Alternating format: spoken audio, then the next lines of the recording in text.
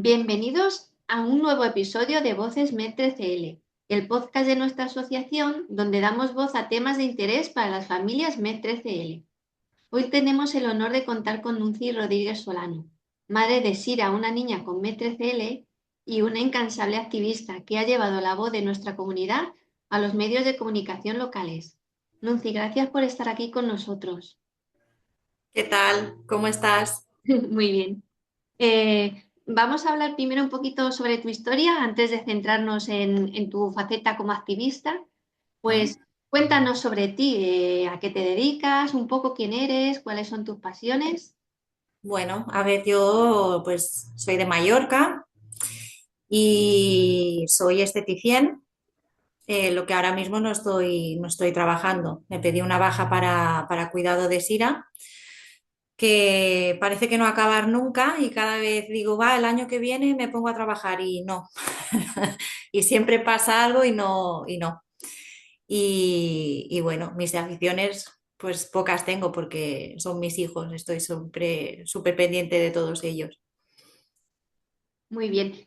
Bueno, vamos a hablar un poquito sobre la historia de Sira. ¿Fuiste tú quien se percató de que la niña tenía problemas para ir alcanzando sus metas? Sí, sí, fue así. O sea, pero sí tengo que contar que en el embarazo yo ya noté que había algo que no estaba funcionando bien. Y entonces fue un embarazo para mí fue muy estresante, sobre todo el último trimestre. Lo pasé francamente mal, porque yo notaba que había algo que no estaba funcionando bien y no la notaba ella como la debía de notar. Quizás fue gracias un poco a que ya había tenido dos embarazos anteriores, pero en un principio todo siempre salía bien hasta que nació y, hombre, y la vi. Y tuve esa sensación de algo está pasando. Sira no lloraba, teníamos que ponernos unos despertadores para darle la comida, no reclamaba absolutamente nada, era como el bebé soñado, que duerme, ni siquiera reclama para comer, le damos comida y era, sí, el bebé soñado. Ah, y entonces sí que luego ya empezamos a ver cosas que eran más evidentes, como que no se podía voltear y ya empezó un poco nuestro calvario, por así decirlo, Y pero cuando todo se tú, inició en el embarazo. sí, perdona, cuando tú en el embarazo notaste que algo era fuera de lo común, ¿se lo comunicaste a algún médico Sí, y te hicieron caso? no, no. Bueno, me hicieron caso. A ver, me hacían las ecografías, veían que la niña estaba bien, que la niña se movía y inicialmente todo estaba bien, pero yo me seguía quejando de que había algo que no estaba bien. O sea, ella no tenía esos típicos movimientos del último mes que se mueve la barriga, que te sale todos aquellos bultos y aquellos movimientos, eso yo no lo tenía. Después entiendo que por hipotonía no tenía fuerza para hacerlo. Y nació con casi 42 semanas. O sea, se retrasó un poquito más de lo... Sí, se retrasó mucho y tuvieron que inducir a un parto porque ella por sí sola no podía. Y a la hora de nacer, que tú también sentías, porque claro, una madre lo sabe, que tú sentías que le ocurría algo, igual los médicos la revisaron, hicieron algún tipo de algo con la niña. Bueno, en el momento de nacer lo único así visible que se veía a simple vista eran sus pies, que estaban totalmente torcidos. Claro, aquí hubo un poco de despiste porque mi hijo mediano también nació con pies zambos. Entonces me dijeron, bueno, esto debe venir de familia por tu parte porque es mucha casualidad. Pero de la manera que era, ese colorcito que tenía, no sé, es que tengo una foto del momento de nacer es que se ve que no está bien. Pero bueno, inicialmente fueron los pies lo que llamó la atención, lo que se veía así a simple vista. Entonces, ¿en qué momento empezasteis ya a visitar a diferentes especialistas para lograr encontrar lo que le pasaba? ¿Varios meses después o ya inmediatamente empezaste tú a insistir? Bueno, inmediatamente empezamos a insistir porque, bueno, claro, lo de tema de médicos empezó en el minuto uno, porque si era a los 15 días de nacer ya estaba con yesos. Después el tema de que no lloraba para nada, pues claro, yo ya empecé a decirlo y me decían que no, que era una niña muy pachorra, que era una niña muy tranquila, como todo el embarazo, que había sido un bebé muy tranquilo, que no me había dado problemas. Y yo les decía que no, que había algo que no funcionaba. Entonces, la siguiente vez fue a los 3 meses que yo me di cuenta que Sira no veía. Y entonces fuimos al médico, al pediatra, y le dije que la niña no veía. Y me dijo, a ver qué tonterías le estaba diciendo. Y yo le dije, no, no ve, o sea, la luz la está molestando, pero no ve, no sé, no ve absolutamente nada. Y entonces, pagando por privado, fuimos a un oftalmólogo, ahora ya no me sale el nombre. Eh, Sí, y entonces, oftalmólogo, ¿eh? sí, la tuvimos que ingresar para hacerle un fondo de ojos y entonces me dijeron que sí, que evidentemente Sira no tenía los ojos maduros, que les daba la impresión, que la habían estado mirando, que les daba la impresión como que no estaba madurando bien y que el ojo, principalmente, que era lo que íbamos a mirar en ese momento, no era un ojo maduro, que iba a madurar en los próximos meses y que ellos calculaban que en un mes y medio, dos, la niña empezaría a ver. También le hicieron pruebas de ese día, también le hicieron pruebas de albinismo, porque Sira era transparente. O sea, tenía una piel totalmente transparente, pelo blanco y ojos muy azules. Nos preguntaron si había pelirrojos en casa, yo les dije que sí, pero que no había albinos.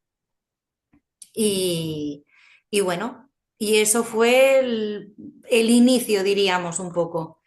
Y efectivamente, al cabo de un mes y medio, Sira empezó a ver, pero la luz le molesta muchísimo. Después empezamos con que torcía un ojo, yo les decía que tenía estrabismo, me decían que no, que qué madre más exagerada, parece mentira que tengas dos hijos más, pero puesto cómo puede ser si el tercero es el que sale así un poco superviviente. Y yo les decía que no, que Sira torcía el ojo. Y no, no había manera. Fíjate, Nunci, que qué curioso que nos tomen por locas, por Sí, exageradas, porque tenemos como obsesiones con cosas en lugar de escuchar lo que estamos diciendo, ¿eh? sí, tienen un vicio. Yo no digo que no haya buenos médicos. Lo que pasa que yo creo que hemos llegado a un punto de que no escuchan, no escuchan. Y hemos llegado también a un punto que no entienden que cuando tienes un hijo con necesidades y no te escuchan a la primera, tienes que trabajar el triple, porque esa visita al final se convierte en 4 visitas. Tú no me escuchas, me voy al otro. Este no me tal, me voy al otro. Y esto complica muchísimo, muchísimo la vida. Poder conciliar familia, trabajo, casa, hacer de mamá, teniendo una visita, tenerla que hacer 4 o 5 veces para lo mismo, pues complica mucho. Yo solamente pido pues que empiecen a escuchar, que escuchen. Y además retrasa mucho más el obtener un diagnóstico, porque vosotros ¿cuánto tardasteis? Bueno, nosotros, a ver, relativamente escuchando todo, sabiendo un poco todo cómo está funcionando, tardamos relativamente poco. Sira empezó que no se podía voltear, no tenía fuerza, no cumplía los hitos que debería cumplir por meses, no se mantenía sentada y iba al médico, iba al pediatra, íbamos a todas las visitas y me decían que no, que a la niña no le pasaba nada, hasta que al final me llevaron a un psiquiatra. Hasta ese Eh, punto, ¿no? O sea, a ti ya al sí, máximo. sí, entonces la llevé a un fisio, a una fisio que hay aquí en Mallorca, que tiene bastante nombre, se llamaba Raquel Bermejo, y Raquel Bermejo me dijo, no estás loca, o sea, a la niña le pasa algo. Y fue ella la que me ayudó a iniciar todo el protocolo para que a la niña le empezaran a hacer pruebas pues, de una manera privada. O sea, tampoco me entraba en la seguridad social. Para mí llegar hasta este punto fue muy, muy estresante, porque al final dices, pues a lo mejor sí, que se me ha ido un poco la cabeza y con la última me he vuelto loca y me he vuelto súper protectora y a la niña al final no le pasa nada y soy yo. Pero hasta que llegamos a ese punto, claro, la niña a lo mejor ya tenía 1 año y luego pasamos de no le pasa nada a la niña, de repente pasamos a tiene cara de Prader-Willi, se parece a un síndrome de Down, tiene las orejas más así, la implantación la tiene más arriba, más abajo, la nariz, fotos. Y yo decía, madre mía, o sea, es que no me lo puedo creer. Pasamos de no tenemos nada y estás totalmente loca a ahora tiene, resulta que tiene cara de todo. Y a lo mejor el diagnóstico yo creo que nos llegó a los cerca de los 2 años, algo así. Sí, o sea que relativamente pronto, pero habiendo empezado desde tan temprano a intentar obtener un diagnóstico, pues la verdad que se dilató bastante. O sea, que pasaste desde que a la niña no le ocurre nada hasta que tus peores pesadillas veías que se estaban materializando, que todo lo que tú temías era verdad, era verdad. Sí, sí, Eso, la fue, verdad que me pasó a mí cada vez que hablo con vosotras, es que es como mi historia igual. O sea, fue ya sé muy que no me estresante. importo en la entrevista de hoy, pero a mí me pasó lo mismo. Sí. ¿Y Para cómo, mí fue muy estresante. y cómo te sentiste o cómo sentisteis cuando ya por fin os dieron el diagnóstico? ¿Fue un alivio? ¿Fue una losa que cayó sobre vosotros? Bueno, yo tenía una neuropediatra que era un amor, que además no me acuerdo ni cómo se llama. Y me acuerdo que quedamos en despedirnos porque esta mujer se iba a trabajar a La Coruña.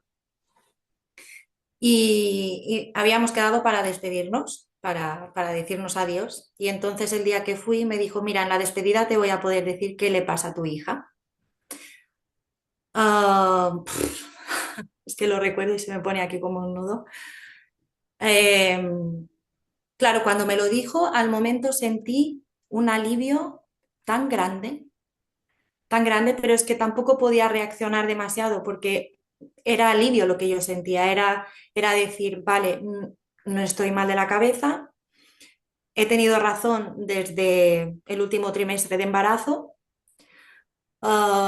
Y me acuerdo que la mujer me decía, ¿estás bien, Nunci? ¿Estás bien? Y yo le decía, sí, sí, estoy bien, al menos ya sé qué le pasa a mi hija. Pero claro, la cosa está en que en aquel momento dije, bueno, ¿y de qué se trata? Y cuando tampoco te pueden dar una respuesta a eso porque eres única en Baleares, porque la enfermedad es tan rara que no hay realmente, en aquel momento tampoco no había tantos estudios, que bueno, que a día de hoy tampoco los hay tantos, pero que tampoco ella me podía responder. Y claro, te empiezan a decir todo lo malo, todo, una larga lista, recuerdo como algo un poco borroso de una larga lista de cosas malísimas. Y recuerdo que me decía, ¿estás bien? ¿Estás bien? Yo le decía, sí, sí, estoy bien, estoy bien. Entonces, cuando salí a la calle, me acuerdo que me senté en la acera del hospital, del parking, en la acera, con la niña sentada en brazos y me eché a llorar. Y sentí una sensación de soledad muy, muy bestia, porque dije, madre mía, ¿sabes? Es que no me han podido decir ni siquiera a qué me enfrento.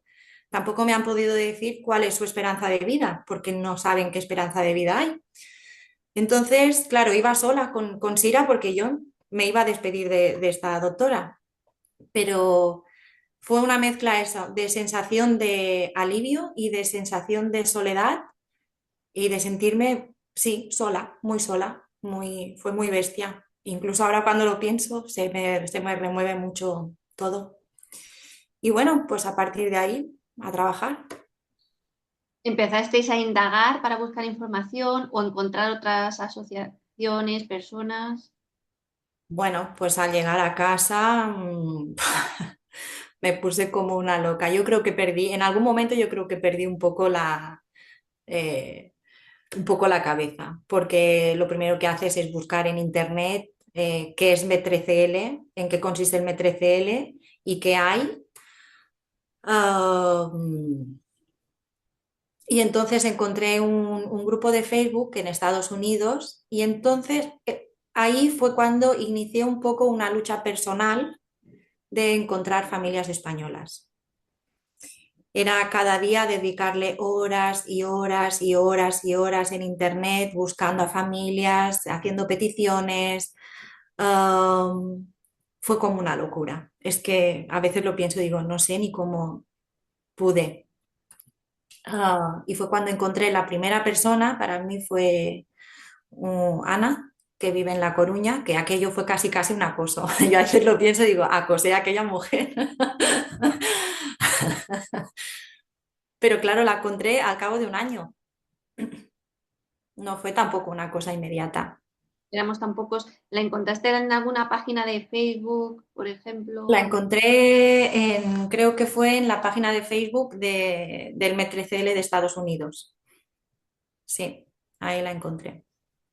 Sí, y claro, y seguí trabajando porque yo lo que quería era encontrar gente, poder compartir eh, experiencias y en qué punto estaban y qué edad tenían. O sea, yo me volví un poco loca en qué edad tienen los niños, porque como no me podían decir esperanza de vida, yo decía, vale, pues necesito saber si todos los niños son pequeños, si tenemos personas de 40 años, porque si teníamos personas de 40 años, pues yo ya me podía relajar. Mm. Y mi lucha inicial fue esa, encontrar familias. ¿Cómo es vuestro día a día con el MED-TCL? ¿Cuáles son los mayores desafíos a los que os habéis tenido que enfrentar y os tenéis que enfrentar a día de hoy? Bueno, a ver, el hecho de tener un diagnóstico no quiere decir que después la vida se te solucione. Eh, Entras en un mundo, entras en un mundo que es un tanto maravilloso, pero un tanto desquiciante. Para mí el hecho de saber que mi hija tiene M13L sí que es algo que me da algo de paz porque sé lo que hay, pero al ser una enfermedad rara en la que hay poco estudio, poca investigación y a nivel nacional es ahora mismo nula, claro, lo que trabaja son otros aspectos, trabajar lo que es, en mi caso, lo que es la inclusión, lo que es un poco dar visibilidad a las personas, en mi caso, en el pueblo en el que vivo, porque me doy cuenta, y sobre todo estas últimas semanas, me doy cuenta que la gente, las personas tienen un interés en saber cómo es tu día a día y qué pasa cuando tienes un hijo con discapacidad. Pero no hay cultura en esto, hay cero cultura. Entonces, un poco el trabajo que estoy haciendo es hacer llamamientos, darme a conocer. Me expongo mucho y expongo mucho a mi hija, pero creo que es de la única manera que la gente puede coger conciencia y podemos dar visibilidad. Claro, porque, bueno, te voy a preguntar un poco por la escuela. ¿A qué tipo de escuela atiende Sira? Vale, Sira va a un cole ordinario.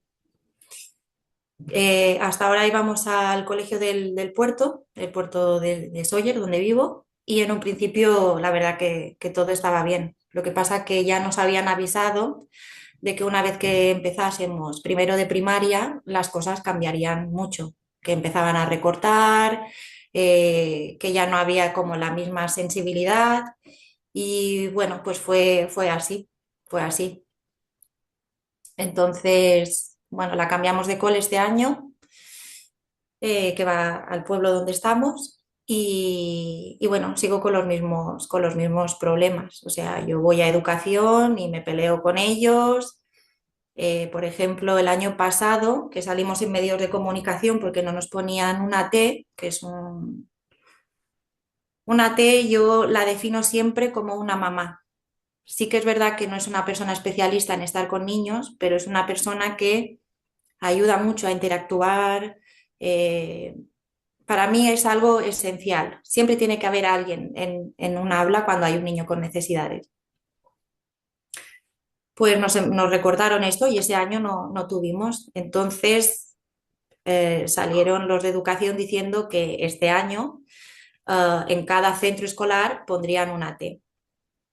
Bueno, mi sorpresa fue que me llamaron para decirme que volvíamos a estar sin AT. Entonces volví a llamar a educación y me dijeron que había habido un fallo, pero que solamente nos ponían una T 3 veces por semana, a lo que yo les respondí a ver si ellos comían cada día. Ah, las necesidades de Sira en el cole no están cubiertas por ninguna parte, porque realmente la T no es la persona, no es un terapeuta, no es una persona especializada. Yo siempre digo, es un auxiliar técnico. Mm, no, no hay un estudio de base que diga son personas súper preparadas para estar con niños con necesidades, pero sí que también hace falta ese personal. Y claro, educación pone siempre lo mínimo y no se dan cuenta de que el cole al final, ya sea mi cole, ya sea, al final yo creo que son todos los coles, siempre van cojeando. O sea, al final los niños con necesidades van cojos, los niños que no tienen ningún tipo de problema van cojos porque lo que tienen que hacer es reorganizar el colegio, es como decir, vale, yo te pongo una PT, una L y una T. Y el cole lo que tiene que hacer es organizarse. Pues no, lo siento mucho, o sea, porque si en cuarto tienes dos niños con necesidades, en quinto tienes un niño autista, en primero eh, no pasa nada, pero hay niños que les cuesta un poquito más, ¿cómo vas a organizar una PT, una L y una T? Cuando se supone que, por ejemplo, la T debería estar para cada niño con necesidades especiales. Entonces aquí ya empieza un poco a cojear todo lo que es el sistema educativo, que es donde yo siempre voy a, si es donde yo voy, donde Donde doy caña. realizas tu activismo, ¿no? Voy a intentar compartir, porque tú también hiciste una petición para una tablet para Sira. Sí, A ver si es este, sí. No sé si lo he compartido. Sí, se puede ver, ¿no? sí. Aquí, cuéntanos, a ver, ¿por qué necesita Sira una tablet? Y cuéntanos sobre tu lucha. Vale, bueno, Sira es una niña que no habla, dice palabras sueltas, hace muchos sonidos y habla a su manera que no se puede entender.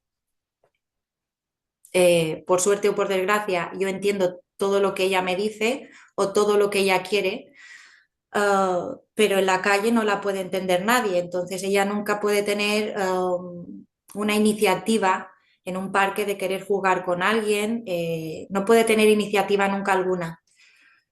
Entonces, desde siempre, desde que bien pequeñita, nosotros utilizábamos una tablet, que era un comunicador, pero hace unos años, bueno, no el año pasado, nos dijeron que eso lo podía cubrir la Seguridad Social. Entonces dije, bueno, a ver, pues vamos a hacer la petición porque para que ellos nos cubran lo que es el gasto de la aplicación. Bueno, mi sorpresa fue que nos la denegaron porque decían que Sira no cumplía los requisitos y la verdad que me calenté mucho porque en ese tiempo mi padre había estado ingresado durante 6 meses y bueno, cuando iba a verlo, pues en una de esas veces que en una temporada larga, justo al lado de su habitación había un hombre que no podía hablar. Entonces los médicos me di cuenta que no se podían comunicar con él. Y eso me removió muchísimo, porque dije, mira, el sistema no está nada bien preparado. No enseñan lenguajes de signos, no te aportan nada para una comunicación cuando la comunicación encuentro que es un derecho universal que cualquier persona tiene que poder acceder. Eh, y en ese momento fue cuando inicié la lucha, porque yo dije, vale, es cierto que yo la tablet no la utilizo al 100%. Sira no es una cosa que si era la tablet la utilizamos para momentos puntuales en las que no nos podemos entender o no llegamos a un punto de comunicación, pero no es algo que utilicemos mucho. porque la intento forzar o porque a ella le va mejor lo que son los signos. Pero yo dije, eso no puede ser, porque hay niños que de verdad necesitan un sistema de comunicación y a lo mejor esto les va bien y a lo mejor sus familias no pueden hacer el gasto de un iPad, de pagar 15 euros mensuales para esta aplicación. Y luego pienso que en los hospitales debería haber un sistema de comunicación real de me duele la barriga, me duele aquí, me duele allí, me siento triste. No solamente me duele, sino me siento triste, estoy frustrado. Entonces fue cuando dije, todo el mundo tiene que poder tener derecho a un sistema de comunicación y no te lo pueden negar, no te lo pueden denegar porque sí. O sea, yo lo que digo es, vale, sí al sistema de comunicación, poneros de acuerdo, empezad a enseñar lenguaje de signos para que de verdad empiece a haber integración en todos los aspectos. eh,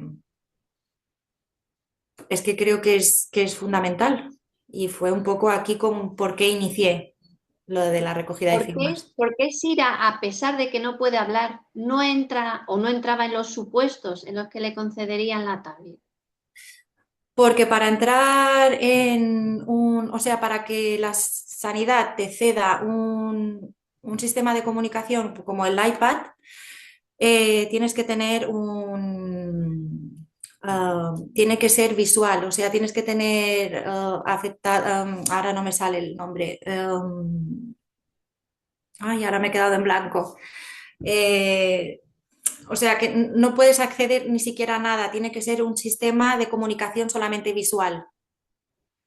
Ah, Manejarlo con los ojos, ¿no? Como si tuvieras a lo mejor manejarlo con los ojos. parálisis, por Sí. ejemplo, cerebral. Sí, una parálisis cerebral. Ahora, perdona, sí, no me salía. O sea, ellos en la carta lo que ponen es que si no tienes parálisis cerebral, pues puedes comunicarte. Pero claro, dices, vale, sí puedes comunicarte. ¿Y quién te enseña a ti lenguaje de signos? ¿Enseñan en los colegios lenguaje de signos? Las profesoras no están preparadas ni siquiera para esto. Y empieza aquí una locura de, bueno, vamos a enseñar pictos. Bueno, yo creo que podemos llegar a que pueda decir alguna palabra. Y claro, dices, bueno, la niña tiene 8 años, tiene alguna intención comunicativa, pero lo que no podemos estar es toda la vida diciendo agua, no, sí, mamá, papá, aquí, palabras sueltas, sino es que tienen que poder decirte algo más. Efectivamente. Pero la sociedad parece que se volcó con tu petición porque llegasteis a obtener 29.000 firmas. Sí, 29.000 firmas, sí, fue bastante espectacular.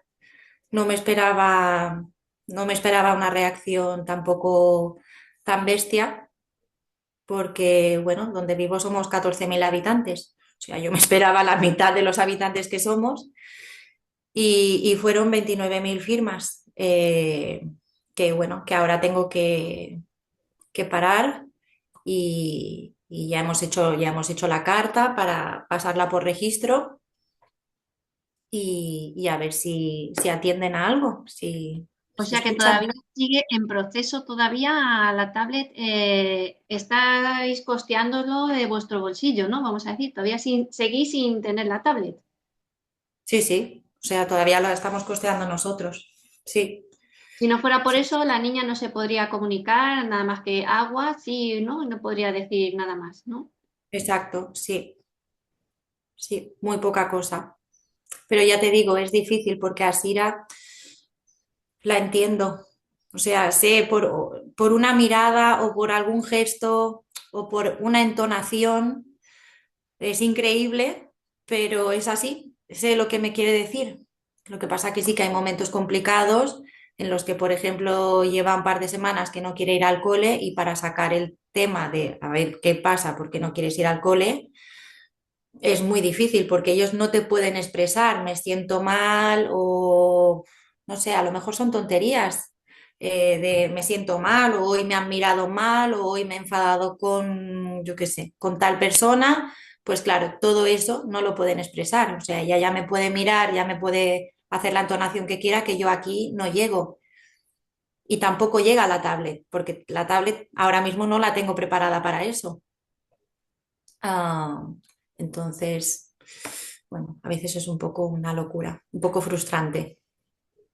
Mira, aquí en la noticia que he compartido, al principio conseguisteis 15.000 firmas, que es muchísimo, y bueno, aquí Sí, vemos que estabas luchando por los comunicadores para niños que son no verbales con enfermedades raras o con TEA, porque también hay muchos niños con autismo que necesitarían las sí, tablas.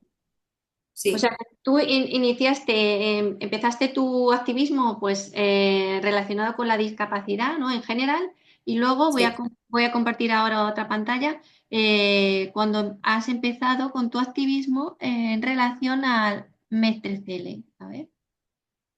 Ay, perdón, esta no es. Perdón, es otra. Has salido tanto en la prensa local como también en la televisión local. Sí, No sé si se ve. ¿Se ve? Sí, ¿verdad? Creo que sí. sí. ¿Por qué decidiste empezar a dar visibilidad al MES-3CL tanto en prensa como en la televisión? Ah, bueno, aparte de que el M13, les digo, es una etiqueta y que llevará un camino muy largo, llegar a que nos conozcan. Lo que es enfermedades raras, yo creo que a veces los papás y las familias nos sentimos un poco desamparados, porque, por ejemplo, las personas con TEA son muchos, tienen una plataforma bastante grande y pueden trabajar, pueden luchar por cosas y se pueden dar a conocer y visualizar. Lo que pasa que el tema discapacidad intelectual, el tema ya cuando ya empezamos a tocar enfermedades raras, esto ya se empieza a distorsionar un poco. Entonces, yo sentía soledad, yo sentía un poco de desamparo en ese aspecto y yo quería dar a conocer que también existe esto, que también existe enfermedades raras, discapacidad intelectual y esa parte tan desconocida, porque ¿cuántas veces has oído, uy, ¿no crees que hay muchos autistas últimamente? No sé qué pasa, que de cada vez hay más autistas. Y no, a ver, siempre ha estado. Lo que pasa que, eh, Que ya tienen sea más que visibilidad ahora. Están más... claro, hay más sensibilidad, tenemos más medios para poder que se vean, pero yo no creo que haya más. Yo creo que esto siempre ha estado, lo que pasa que, bueno, la mente, las maneras de hacerlas ver van cambiando, pero sí que es cierto que somos una comunidad pequeñita que es difícil que nos vean y que es muy difícil que nos entiendan, Sí, porque las luchas, a pesar de que tenemos cosas que compartimos, porque por ejemplo mi hija tiene rasgos autistas y cuando más mayor se hace, más rasgos tiene, pero no es autista. Compartimos ciertas cosas, pero en otras nos quedamos totalmente aislados, donde no podemos entrar, donde según qué tipo de asociaciones no puedes entrar porque no compartes absolutamente nada. efectivamente. Y es un poco de desamparo, de decir, bueno, vamos a empezar a trabajar para que la gente conozca que es una enfermedad rara, que es el M13L. Y si por allí, por aquellas cosas, hay algún fallo médico y en Islas Baleares hay otra persona, pues al menos dirán, uy, mira, pues no No estoy estoy sola. sola. Sí, ¿Tú crees que desde tus intervenciones, tanto en prensa como en televisión, se conoce la enfermedad MES-3CL en Baleares, que se es más consciente sobre nuestra enfermedad rara? no, no, no. Yo creo que el camino es largo. Claro, mi intervención sobre el M13L en Baleares es mínima y, y en general, cuando lo cuentas, lo que oyes es, pobrecita, con lo mona que es. Eh, y a veces te lo tomas bien porque ves que no es una frase a malas, pero yo digo, mira, dentro de todo, Sira es la niña más feliz, es la más feliz del mundo. O sea, a veces digo, pobrecita yo, que soy la que se está peleando con educación, la que va para aquí, la que va a Palma a 50.000 terapias. Ella vive súper bien, ella es feliz, ella no sabe lo que le pasa. Para ella todo lo que tiene es normal.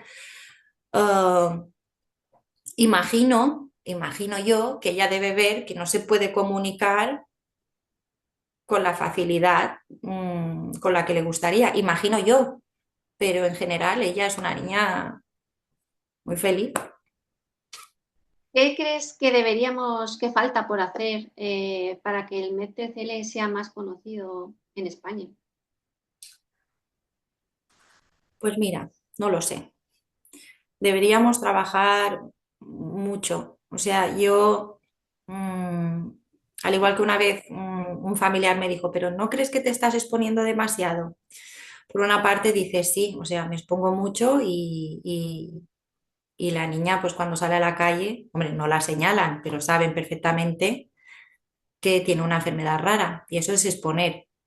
Pero si te expones y si dices lo que hay y si dices lo que te pasa y si dices en qué situación te encuentras y por qué estás luchando por eso, quizás así la gente quizás tome de cada vez más conciencia. Yo siempre pongo un ejemplo y es que yo espero que la gente se lo tome de la mejor manera porque no hay ningún tipo de maldad en eso, pero yo siempre digo lo mismo. Si el colectivo LGTBI, que no tenía ah, ninguna ley, nada, nada, no tenían absolutamente nada, nada que les amparase, no podían salir a la calle porque los mataban, hacían barbaridades. Han podido conseguir todo lo que han conseguido simplemente sacando fuerzas, dándoles igual, saliendo a la calle, mm, eh, enseñando su cara, han conseguido todo lo que han conseguido porque nosotros no. O sea, yo lo que digo es salir, hablar, explicar, eh, trabajar para unos derechos que sí tenemos constituidos, sí que están, lo que pasa que, bueno, parece ser que la gente se los toma un poco a la ligera, pero sí que los tenemos. Entonces es trabajar por esos derechos que sí tienen nuestros hijos y que sí tienen todas esas personas con discapacidad. Entonces, es trabajar. Yo lo que digo es trabajar y trabajar y hablar y hablar y hablar. Está a punto de terminarse el tiempo de la entrevista. Me ha encantado hablar contigo, Nupi. Eres una magnífica activista, hablas muy bien. Estoy segura de que vas a conseguir muchísimas cosas. Nosotros también Espero. estamos trabajando para conseguir visibilización, para que se nos conozca, para lograr que la investigación nos tenga en cuenta y yo creo que vamos a conseguir muchas cosas. Bueno, a ver, yo estoy segura de que lo vamos a conseguir, pero nos va a costar un poquito de trabajo, pero seguro que sí, seguro que sí. Gracias por haber estado con nosotros, Nupi. Gracias, Belén. Y a todas las familias Mestre-CL, pues volveremos la siguiente semana con otro podcast de interés para las familias. Gracias por estar aquí viéndonos. Hasta luego. Adiós. Adiós.